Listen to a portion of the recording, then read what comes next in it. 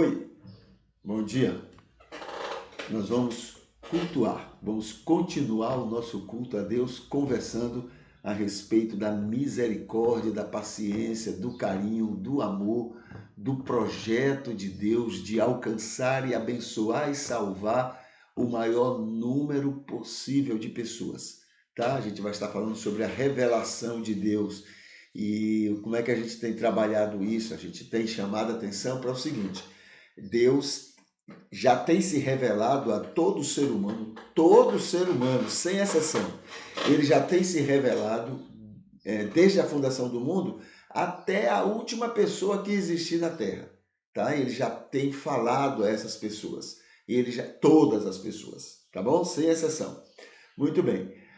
Como é que a gente faz para, de uma maneira mais concreta, a gente entender essa revelação dele? Jesus. Então, Jesus é a pedra de esquina, Jesus é o modelo, o critério para entendermos de maneira muito clara o que é de Deus e o que não é de Deus. Tá certo? Então veja, como é que a gente tem resumido isso?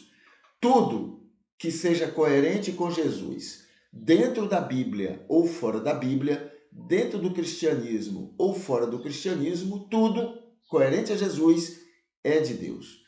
Tudo que não é coerente com Jesus, não é coerente com o ensino, não é coerente com o exemplo, com a maneira que Jesus viveu. Então, tudo que não seja coerente dentro da Bíblia ou fora da Bíblia, dentro do cristianismo ou fora do cristianismo, não sendo coerente com Jesus, não é de Deus. Pronto, esse é o grande critério e é esse critério que a gente está usando para analisar os salmos. Estamos no Salmo 48, tá? E no Salmo 48, até agora, nós só temos 2 salmos completamente coerentes com Jesus. Salmo 19, Salmo 23. E o pior de todos, ou seja, o que é menos coerente com Jesus, em todos esses salmos que a gente viu, é o 44, tá? Então, essa é a estatística até agora dos salmos que a gente já viu. Estamos no 48 e estamos na segunda parte do 48. Já vimos essa primeira parte e agora vem a segunda parte. Lembrando que o título que é atribuído, não é, ao Salmo, o título atribuído pelos tradutores é A Cidade de Deus, tá bom? E o título que vem do original diz que é aqui, Cântico e Salmo dos Filhos de Coré. Então, esse é o original, ou seja, escrito por eles, ou escrito a mando deles, ou alguém escreveu como se fosse eles, ou alguém escreveu sobre eles, tá bom? Então, vamos ver aqui o Salmo 48, versículo 8 em diante. Diz assim: assim como nós ouvimos, também vimos a cidade do Senhor, do Senhor dos Exércitos, na cidade do nosso Deus. Deus afirmará para sempre. A cidade aí está falando de Jerusalém, né? Prepotência. As outras cidades não são do Senhor, não. Os outros povos não são, não. Deus só tem um povo. Prepotência, né? Essa vaidade, esse orgulho infantil que eles tiveram e nós temos também, né? Versículo 9. Deus, nós reconhecemos tua bondade no meio do teu templo, conforme o teu nome, ó Deus. Assim é o louvor a ti até os confins da terra, tua mão direita está cheia de justiça. Alegre-se o monte de Sião, fiquem contentes as filhas de Judá por causa dos seus juízos. Andai ao redor de Sião e a circundai, contai suas torres, ponde vosso coração em seus muros de defesa, prestai atenção em seus palácios, para que conteis deles a geração seguinte. Porque este Deus é nosso Deus e para todo sempre ele nos acompanhará até a morte, até o fim, tá bom? Então esse é o Salmo, né, a parte final a segunda parte do 48. Olha, coerente com Jesus, nada, né? Nem muito do texto e muito menos do contexto, ou seja, do interesse, do que moveu o escritor a escrever o que escreveu. Totalmente incoerente com Jesus. Vamos analisar o texto. Versículo 8 e 9. Senhor, temos visto que a tua cidade de Jerusalém está firmada para sempre. Temos reconhecido a tua bondade em teu templo. O salmista continua o sentimento prepotente do início do salmo. Deus é de Jerusalém.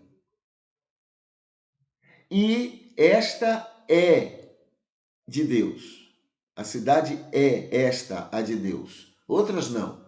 Quando ele afirma que a cidade está firmada para sempre, não menciona a cidade em si, mas o povo de quem a cidade é formada, o chamado povo de Deus. Tá bom? Então esse é o espírito dele. Ele não está preocupado com as coisas, mas com as pessoas, né, que fazem parte daquele povo. A cidade é apenas um detalhe. O negócio é que em qualquer lugar do mundo, Deus estaria com eles, Deus protegeria eles e Deus moraria no meio deles. Certo? Versículo 10 e 11 é a segunda incoerência com Jesus. Senhor, o teu povo se alegra, pois confirmas com teu nome até o fim do mundo esta tua justiça em nosso favor. O salmista continua sua prepotência infantil, reforçando que Deus está a serviço de Israel e que o mundo todo reconhece e teme isto. Tá? A ideia é de que Deus é um serviçal, está ali só para agradar, proteger e fazer os gostos de Israel. Quando, na verdade, a Bíblia ensina que Deus ama todo mundo, não só Israel. Ama Israel, mas ama todo mundo, sem exceção e igualmente. Tá bom? Esse é o Deus de Jesus. Diferente desse aí, que é o Deus que Moisés entendeu. Não é que esse Deus exista, é Moisés que entendeu isso aí, desse Deus. Versículo 12, 13 e 14 é a terceira incoerência com Jesus. Todo mundo pode observar os detalhes da cidade, pois ela sempre será assim, pois o Senhor a manterá para sempre. O salmista continua e compromete Deus, não só afirmando a respeito da cidade e tudo que a ela pertence, mas em relação ao povo, a Israel especificamente. Tudo é pura prepotência. Deus não gosta de tijolos. E tijolos nunca serão mais importantes para Deus do que pessoas. Pessoas são importantes. É como Jesus falou em relação ao sábado. O sábado foi feito para o homem. Tijolos, templos, cidade, casas, muros, muralhas, tudo foram criados ou feitos para o bem do homem. Esse é que é importante para Deus. E ele não ama só aqueles, mas ele ama todos. Todos. Tá bom? Então, tenhamos isso muito claro. As coisas são passageiras, porque elas existem para o bem de quem Deus realmente ama, que é o ser humano. Tudo é pura prepotência, no caso do salmista, entendendo que Deus ama o povo e a nenhum outro povo mais. Tá? Isso é tolice, coisa de criança. O meu brinquedo é melhor do que o seu. O que eu tenho é melhor do que o seu. O seu não é bom, o meu é bom. Não pegue o meu, porque o meu é meu. Coisa de criança, coisa infantil. Quando, na verdade, Deus ama todos, apesar da criancice de todos. Tá bom?